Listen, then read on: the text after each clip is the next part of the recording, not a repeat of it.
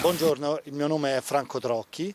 Io ero in Tunisia il 23 ottobre scorso e ho visto dei parlamentari europei. Che cosa stavate facendo lì? 15 eurodéputés ont effectivement participé à la mission d'observation électorale de l'Union européenne. Ils étaient venus s'assurer que les toutes premières élections libres du printemps arabe se déroulaient démocratiquement et de manière équitable. Tout d'abord, et c'est fondamental, l'Union européenne ne vient observer des élections que si elle y a été formellement invitée par le pays concerné. Les Tunisiens nous ont invités parce que notre présence donne du crédit, montre notre immense intérêt et je crois leur donne encore plus de fierté.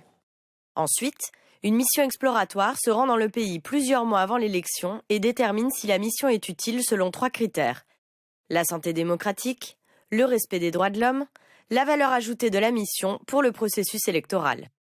En Tunisie, c'est l'eurodéputé Michael Galler qui a dirigé la mission. Elle était composée de 180 observateurs, dont 66 de long terme, qui ont passé plusieurs semaines dans le pays.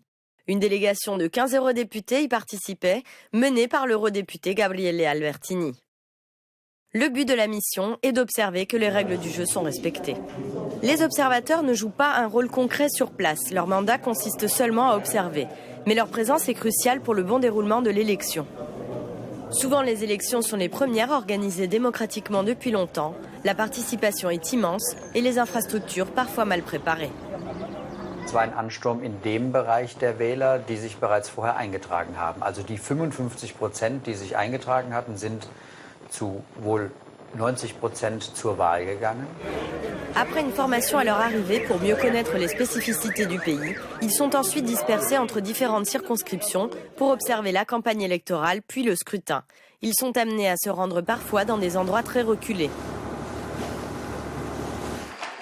Mais le travail ne s'arrête pas une fois que l'élection est terminée. Reste ensuite à évaluer le dépouillement et le décompte des voix, le contentieux électoral dont les bulletins nuls et autres irrégularités.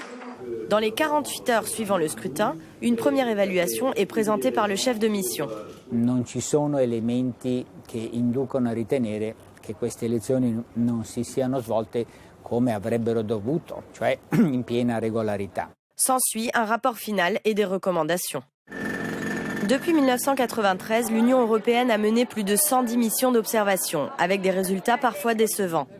Au Pakistan, par exemple, en 2008, le rapport de mission a été clairement défavorable et a mis en évidence des irrégularités durant le scrutin.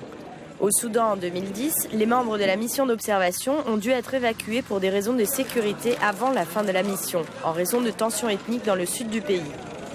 Parfois, c'est la légitimité même d'une mission qui pose problème, comme au Mexique en 2006. Même si la mission et l'Institut fédéral électoral mexicain avaient rendu des conclusions favorables sur le déroulement des élections, l'opposition a dénoncé une fraude gigantesque.